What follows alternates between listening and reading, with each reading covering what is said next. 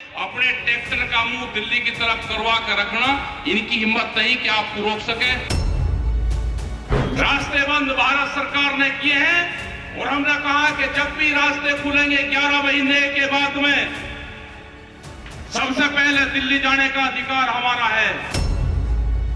26 नवंबर तक या तो भारत सरकार किसानों से बातचीत करके समझौता कर ले, नहीं तो 26 नवंबर के बाद हमारा 1 साल पूरा हो जाएगा।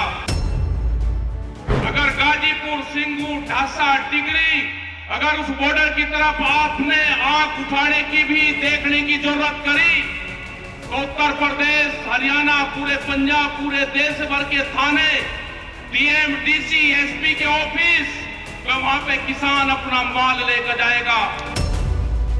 जरूरत नहीं करना, अगर हमारा एक झंडा, एक कार्यकर्ता भी वहां पे है तो पूरे देश का किसान गाजीपुर, सिंगू, ढासा, डिग्री उन बॉर्डर पर बैठा हुआ है। जिस दिन आपको पता जाएगा अपना ट्रैक्टर सामान लेकर वहां पाना, हमने मंडी की तलाश कर ली है।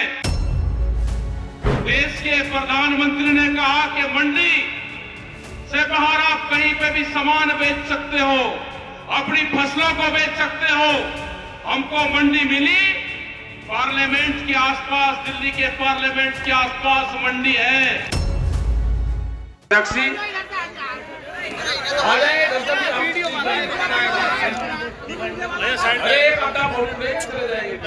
आदरणीय अध्यक्ष जी, सभी किसानों, नौजवान साथियों, पत्रकार बंधु, पुलिस प्रशासन के लोग, मेरी माताएं, बहनें, यहाँ पे आज जो प्रोग्राम होना था 17 तारीख को बारिश के कारण स्थगित हुआ। सब लोगों को एक बड़ी मायूसी हुई, बड़ी तैयारी थी। फिर मीटिंग रखी गई, दोबारा ये आज मीटिंग हुई। ये कोई कमजोर मीटिंग नहीं है, हमारे पे वो व्यवस्थाएं नहीं है जो सरकार कर देती है। ये इतनी मीटिंग है कि इसकी आप 4 मीटिंग कर सकते थे। भाई यहां पॉलिटिकल वाले क्या करते हैं कि यहां से ऐसे लगा देंगे, वहां से ऐसे करनाथ लगा देंगे, वहां से ऐसे लगा देंगे, कुर्सी पे बैठा देंगे, तो इसी कोई मीटिंग को 6 गुनी बढ़ा देंगे। बहुत बड़ी तादाद में मीटिंग है और यहां से तो वे जिम्मेदार लोग, आप सब लोग आए, जिनके पीछे गांव, समाज, आप जो बताओगे उसको लोग मानते हैं। हालात खराब है देश के, ये समझ लेना। हालात खराब है देश के। 1 साल हो गया आंदोलन को। दिल्ली के अंदर एलिगेशन लगाने से अलग कोई काम वहां की सरकारें नहीं कर रही। एलिगेशन पे एलिगेशन लगाते हैं। अगर सरदार वहां पे आए तो उनको खालिस्तान नहीं बताया गया, अगर मुसलमान वहां पे आए तो पाकिस्तान नहीं बताया गया। अगर कोई भी देश में आंदोलन करता है, अगर यहां के लोग आए तो कह लेंगे ये जाटू का आंदोलन है। मतलब एक बिरादरी को दूसरे से तोड़ने का काम ये सरकारें करती है। इन्होंने उत्तर प्रदेश के अंदर दंगे करवाए, यहां पे हिंदू मुस्लिम करवाया उत्तर प्रदेश में। ये हरियाणा के अंदर गए तो जाट और नॉन जाट की राजनीति करी। ये गुजरात के अंदर गए तो पटेल और नॉन पटेल की राजनीति की। ये महाराष्ट्र के अंदर गए तो मराठा और नॉन मराठों में झगड़ा करवाया। ये तोड़ फोड़ में विश्वास रखते हैं ये सरकारें। ये बिहार के अंदर गए तो लालू प्रसाद का परिवार तोड़ा इन्होंने। ये उत्तर प्रदेश में आए तो मुलायम सिंह के परिवार को तोड़ा गया। ये हरियाणा के अंदर गए तो चौटाला परिवार को तोड़ा, उनके टुकड़े टुकड़े करे। ये आरएसएस के लोग अगर किसी परिवार में बटेंगे, अगर 4 भाई होंगे तो उसमें तोड़ फोड़ करेंगे। इनसे बच के रहना, इनसे खतरनाक आदमी नहीं हो सकता। अभी नई भर्ती चल रही है, जो मेरे नौजवान पढ़े लिखे हैं, आईएएस, पढ़ लिख के बहुत लोग समझते हैं कि मेरा लड़का कलेक्टर बनेगा। अब नहीं बनेगा कलेक्टर। नए आईएएस भर्ती कर रहे हैं, बगैर पेपर के आईएएस बनेंगे देश में। करीब 40 के आसपास बना दिए गए और 350 से ज्यादा और बनेंगे। जितनी भी नौकरियां हैं, अगर उन्होंने आरएसएस के ट्रेनिंग कर रखी है तो वो आदमी वहां पर नौकरी पे जाएगा। इन मंत्रियों की इनकी कोई हैसियत नहीं है। उनके घर पे जितने भी दिल्ली, उत्तर प्रदेश में जहां जहां इनकी सरकारें हैं, एक मंत्री के घर पे नागपुर से आदमी तय होता है कि वो तुम्हारे घर में रहेगा। उसके खाने पीने का इंतजाम करोगे, तुम्हारे ऑफिस में एक अलग से आदमी रहेगा। किसी मंत्री की हिम्मत यह नहीं है कि वो कोई सिफारिश और कोई फोन भी कर दे। जिन्होंने अपने ही पार्टी के लोगों को घरों में बंद कर दिया हो, कहां है लाल कृष्ण आडवाणी, कहां है मुरली मनोहर जोशी? उनसे बयान दिलवाओ। जिसने पूरे मीडिया के ऊपर हुकूमत ने कब्जा कर लिया हो, कैमरा और कलम पे बंदूक का पहरा हो, उस देश में कुछ नहीं हो सकता। पूरी संस्थाओं पे कब्जा हो चुका है देश के। नशे अभी 1-1.5 महीना पहले, 2 महीना पहले एक रिपोर्ट आई, अधिकारियों से संपर्क हुआ उनका। उन्होंने कहा कि 5 ग्राम हेरोइन जो ड्रग्स है, उसको रखने पे कोई कानून नहीं बनेगा। कहां ले जाना चाहते हैं देश के नौजवान को? एक अपने ही आदमी से एक PIL सुप्रीम कोर्ट में डलवाई गई। ये 5 ग्राम जो ड्रग्स हैं, उसको रखने की परमिशन दे दी जाए। कहां जाएगा देश का नौजवान? 21,000 करोड़ रुपए की ड्रग्स देश में आई, वो किस बंदरगाह पे आई? वो बंदरगाह अडानी का था। 21,000 करोड़ रुपए की एक खेप वो आदमी ला सकता है जिसके पास में कई लाख करोड़ रुपए की प्रॉपर्टी होगी, और वो देश में गिने चुने 4 से 5 आदमी हैं। क्या ड्रग्स के नशीले पदार्थों के कारोबार में ये लोग देश में नशा फैलाना चाहते हैं? क्या भारत सरकार नशे के कारोबार को बढ़ाना चाहती है? क्या नशे से देश के नौजवान को बर्बाद करना चाहती है? अगर दिल्ली में आंदोलन चल रहा है तो अलग अलग तरह के एलिगेशन लगाए गए। देश का नौजवान आंदोलनों से ना जुड़े, उसको तोड़ने का काम करा जा रहा है। बहुत से बीजेपी के लोग, उनकी तो सरकार ही नहीं है, उनकी तो सरकार ही नहीं है, लेकिन फिर भी बहुत से लोग ये कहते हैं कि आंदोलन चला हुआ है, आंदोलन खत्म क्यों नहीं होता? बातचीत के माध्यम से खत्म हो जाना चाहिए। मैं उनको बताना चाहता हूं, जो भगत लोग हैं, जो उस विचारधारा के लोग हैं, वो सबसे पहले अपना 10 साल पुराना ट्रैक्टर सड़क पे खड़ा करके आऊं कि मैं भारत सरकार के कानून को मानता हूं।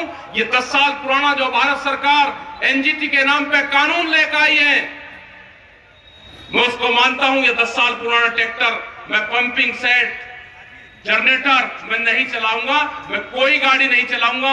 एनजीटी के भारत सरकार के कानून को मानता हूं। ये मैंने सड़क पर थाने में खड़ा कर दिया, नहीं करेगा कोई खड़ा।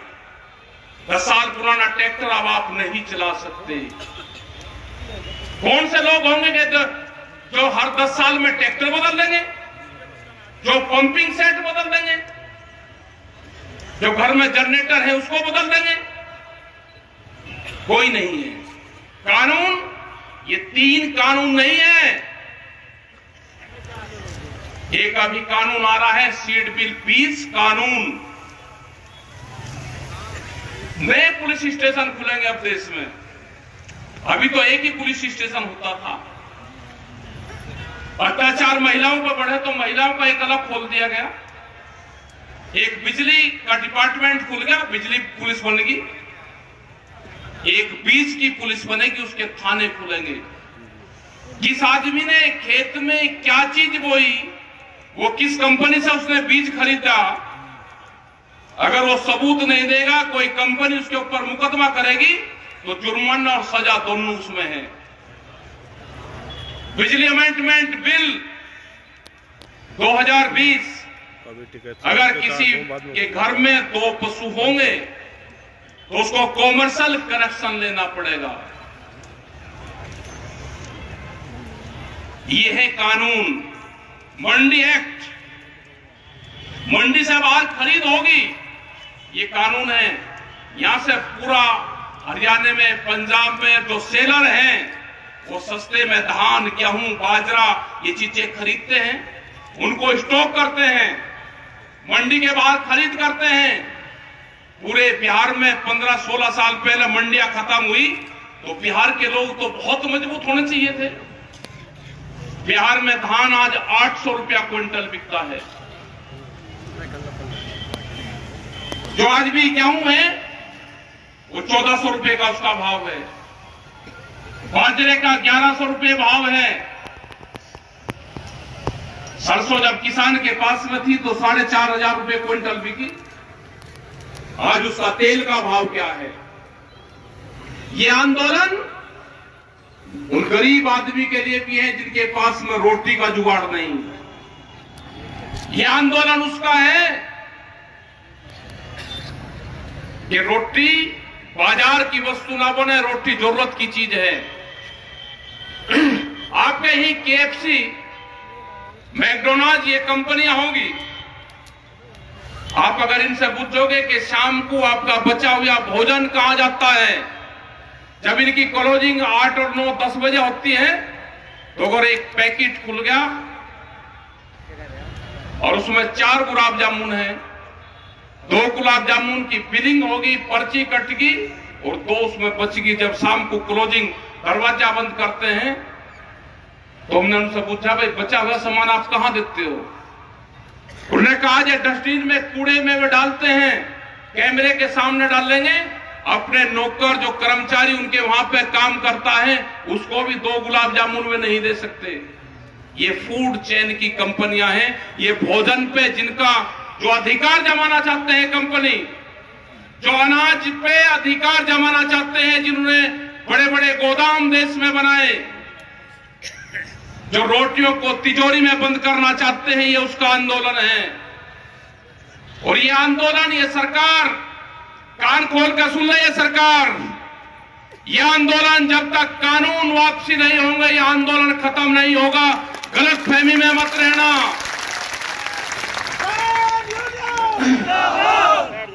तुम्हारा इलाज बंगाल के अंदर करा, जो दवाई देनी थी वो बंगाल के अंदर तुमको दवाई दी, तुमको इलाहाबाद में हरियाणा के अंदर दवाई दी। इलेक्शन हो रहा है, बहुत बड़ी भारी वोटों से वहां पे जिस विधायक ने इस्तीफा दिया था संयुक्त मोर्चे के नाम पे, उसकी बड़ी जीत इलाहाबाद में होगी। हरियाणा के अंदर तुम्हें जहां जहां जरूरत होगी, ये किसान संगठन, ये मजदूर देश का तुम्हें दवाई देने का काम करेगा। ये गुंडागर्दी की सरकार जो कहते हैं कि उत्तर प्रदेश से गुंडाराज खत्म करा है, उत्तर प्रदेश में गुंडा राज का स्थापित हुआ है। उत्तर प्रदेश में सरकारी बंदूक का इस्तेमाल आपने किया है। ये आने वाले टाइम पे नहीं होगा। जिस तरह से जिला पंचायत में आपने किया, वो देश और दुनिया की जनता ने देखा। यही ये लोग जो आने वाले विधानसभा होंगे उसमें करना चाहते हैं। तो आप लोग तैयार रहना, दवाई इनको देनी पड़ेगी। बगैर दवाई के इनका कोई इलाज नहीं है। ये बार बार कहते हैं कि रास्ते बंद कर रखे वहां पे। रास्ते बंद भारत सरकार ने किए हैं और हमने कहा कि जब भी रास्ते खुलेंगे 11 महीने के बाद में, सबसे पहले दिल्ली जाने का अधिकार हमारा है। ये लड़ाई लंबी चलेगी और जब भी आपको दिल्ली की कॉल होगी, इनके बहकावे में, प्रेस के बहकावे में मत आना, मीडिया के बहकावे में मत आना। ये हर रोज आपको बहकाने का काम करेंगे कि बॉर्डर सब खाली हो गए हैं। बॉर्डर कोई खाली नहीं हुआ। बॉर्डर पे आज भी ऐसे कैसे ही लोग बैठे हुए हैं। जिस दिन आपको बता जाएगा, अपना ट्रैक्टर सामान लेकर वहां पाना। हमने मंडी की तलाश कर ली है। देश के प्रधानमंत्री ने कहा कि मंडी से बाहर आप कहीं पे भी सामान बेच सकते हो, अपनी फसलों को बेच सकते हो। हमको मंडी मिली, पार्लियामेंट के आसपास, दिल्ली के पार्लियामेंट के आसपास मंडी है। यहाँ के पुलिस स्टेशन मंडियां हैं, यहाँ का डीएम एसएसपी का ऑफिस मंडी है। अगर गाजीपुर, सिंगू, ढासा, टिकरी, अगर उस बॉर्डर की तरफ आपने आंख उठाने की भी, देखने की जरूरत करी, तो उत्तर प्रदेश, हरियाणा, पूरे पंजाब, पूरे देश भर के थाने, डीएम, डीसी, एसपी के ऑफिस, वहां पे किसान अपना माल लेकर जाएगा। जरूरत नहीं करना, अगर हमारा एक झंडा, एक कार्यकर्ता भी वहां पे है, तो पूरे देश का किसान गाजीपुर, सिंगू, ढासा, टिकरी उन बॉर्डर पर बैठा हुआ है। आज भी बहुत जगह आंदोलन देश में चले हुए हैं। घबराने की जरूरत नहीं। देश की आजादी की लड़ाई 90 वर्ष तक चली थी। ये भी किसान, मजदूर, मेरे नौजवान जो साथी हैं, उसकी लड़ाई है, आजादी की लड़ाई है। ये लड़ाई लंबी चलेगी। ये लड़ाई कहां तक चलेगी उसका कोई अंदाजा नहीं। हमने कहा कि 26 नवंबर तक आपके पास में टाइम है। 26 नवंबर तक या तो भारत सरकार किसानों से बातचीत करके समझौता कर ले, नहीं तो 26 नवंबर के बाद हमारा 1 साल पूरा हो जाएगा। 27-28 नवंबर से हम अपने टेंटों की रिपेयरिंग शुरू करेंगे। हमारे टेंट जो फट गए हैं, जो चादर है वे टूट गए हैं, हम उनको बदलने का काम करेंगे। अगले 6 महीने की हम अपनी वहां पे जो बैठने के ठिए हैं, हम उनको मजबूत करने का काम करेंगे। ये आंदोलन चलेगा लंबा, क्योंकि जिस तरह की सरकार है, किसी पार्टी की सरकार नहीं है। ये सरकार है मोदी सरकार, और मोदी सरकार को चलाती हैं बड़ी बड़ी कंपनियां। उन कंपनियों के खिलाफ मुकाबला है। अमेरिका में जो वहां के किसान हैं, मैं उनको जरूर आपकी बात सुनाना चाहूंगा। उन्होंने क्या कहा वो हिंदी में हमने डब करवाया है, मैं एक बार उनकी जरूर आप बात सुन लेना। जो अमेरिका का किसान है वो पूर्ण रूप से आपके साथ में है, जो वहां पर संगठन हमारा काम कर रहा। एक मिनट उनकी जरूर आप बात सुनो, जो अमेरिका का किसान है।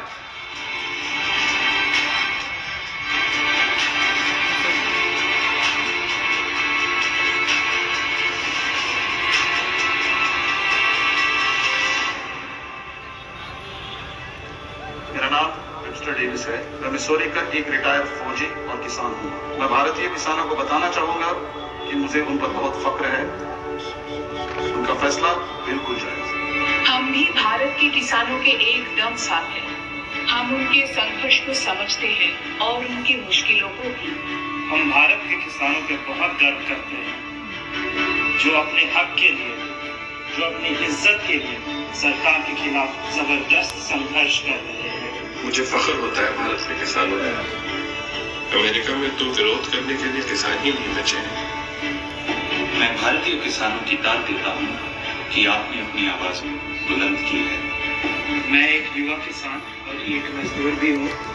हिंदुस्तान के लोगों को मेरा कहना है कि कायम रहो, आप जीतोगे, एकजुट रहो। मेरा भारत के लोगों को यही संदेश है कि अपना संघर्ष जारी रखो और अपनी खेत खलियान अपने हाथ में रखो।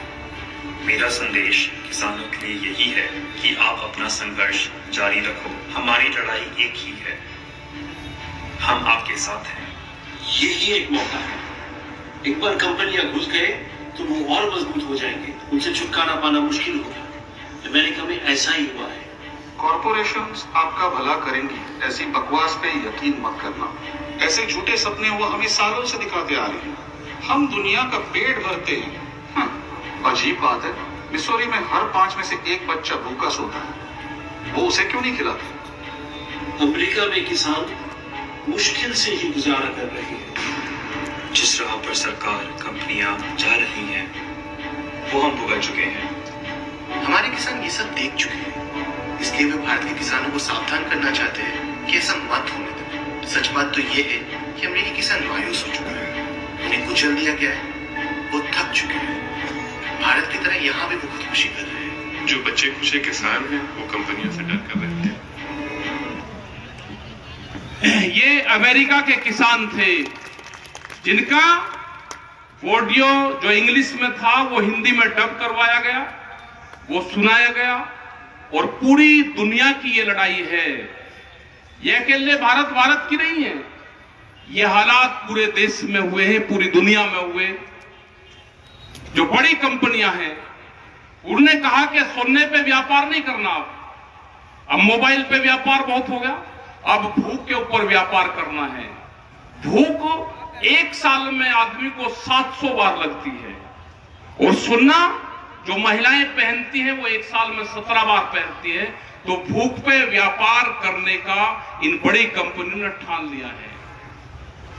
आपकी जमीनें जाएंगी, ये इसमें नहीं लिखा हुआ है कॉन्ट्रैक्ट में, लेकिन जो हालात बने हुए हैं, फसलें हम दिन के उजाले में भी नहीं बेच पाते, और जमीनें हम रात को भी अगर पैनामा करना चाहें तो जमीनें हमारी बिकती हैं। अपनी जमीन बचानी है, अपनी फसल और नस्ल बचानी है, तो इस आंदोलन का हिस्सा बनो। अगर ये आंदोलन फेल होगा तो आने वाले टाइम पे नहीं कि कोई दूसरा आंदोलन कोई खड़ा हो जाएगा। वे 14 करोड़ नौजवान जो देश के प्रधानमंत्री ने झूठ बोल के उनसे वोट लिया है उनका कि 2 करोड़ नौकरियां हम हर साल देंगे, वो 14 करोड़ नौजवान हैं जो आज नौकरी की तलाश में ढूंढ रहा है। उनको तो मिली नहीं, लेकिन जिनकी नौकरियां थी वो भी बहुत नौकरियां गई।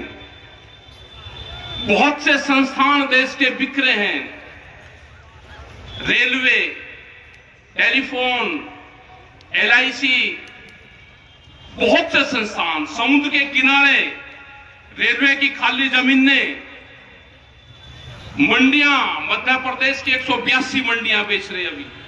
उत्तर प्रदेश में भी जो मंडियां हैं उनकी जो खाली जगह है उनको भी बेचने का काम करेंगे। आपके यहां पे सड़कें बन गई, अब कोई भी आदमी NH नेशनल हाईवे के पास में गुमटी लगा के चाय नहीं बेच सकता। वो कानून आ गया देश में, उसको पेट्रोल पंप की तरह लाइसेंस लेना पड़ेगा और उसने काम करना है। तो ये बहुत से कानून आ रहे हैं, इसका अगर विरोध करना, इस मोदी सरकार का अगर विरोध करना है तो आपको एक नजर अपने खेत पर रखनी पड़ेगी और दूसरी नजर दिल्ली के आंदोलन पर रखनी पड़ेगी। वहां लगे हुए हैं, कल भी हंगामा चला के बैरिकेटिंग खोल रहे हैं। बैरिकेटिंग खोल ले, हमने एम्बुलेंस को जाने दिया जो भी वहां पे गाड़ियां आ रही है, लेकिन अपने पक्के टेंट भारत सरकार ने अपनी सीमा में लगा रखे हैं। वे अपनी सीमा से टेंट हटाएंगे तो हमारा भी दिल्ली जाने का रास्ता साफ होगा। एक भी गाड़ी, ये प्रेस के लोग हैं, हम एम्बुलेंस दूसरी गाड़ियां निकलवाते हैं, लेकिन अगर एक भी गाड़ी झंडा लगी किसानों की एक कार भी जाती है तो वह दिल्ली में प्रवेश नहीं कर पाती। ये कैसे बॉर्डर खुले हैं? ये पूर्ण रूप से देश के किसानों को, देश की जनता को भ्रमित कर रहे हैं। हम चाहते हैं कि बॉर्डर खुले, हम लोग भी पार्लियामेंट के आसपास, दिल्ली के मॉल के आसपास अपनी फसलों को बेच सकें, अपनी बात भारत सरकार को कह सके। हम भी जाना चाहते हैं। अगर बॉर्डर खुलेंगे तो सबसे पहले प्रभावित लोग ये देश का किसान है जो पिछले 11 महीने से दिल्ली के दरवाजे पर बैठा हुआ है कि दिल्ली की बादशाह कब अपना दरवाजा खोलेगी और हम दिल्ली के अंदर एंट्री करेंगे। अपना ध्यान रखना, आपकी पंचायत बहुत मजबूत पंचायत आपकी हुई, इस पर हमेशा ध्यान रखो, इन पे कायम रहो और विजयपाल सिंह जी ने, सब लोगों ने, यहाँ की पूरी कमेटी ने, अध्यक्ष जी ने, जितने भी लोग यहाँ पे हैं, इन्होंने सबने बहुत यहाँ पे मेहनत करी। हताश होने की कोई जरूरत नहीं है। अपने ट्रैक्टर का मुंह दिल्ली की तरफ करवा कर रखना, इनकी हिम्मत नहीं कि आपको रोक सके। आपका धन्यवाद। जय हिंद, जय भारत, जय मुरादाबाद।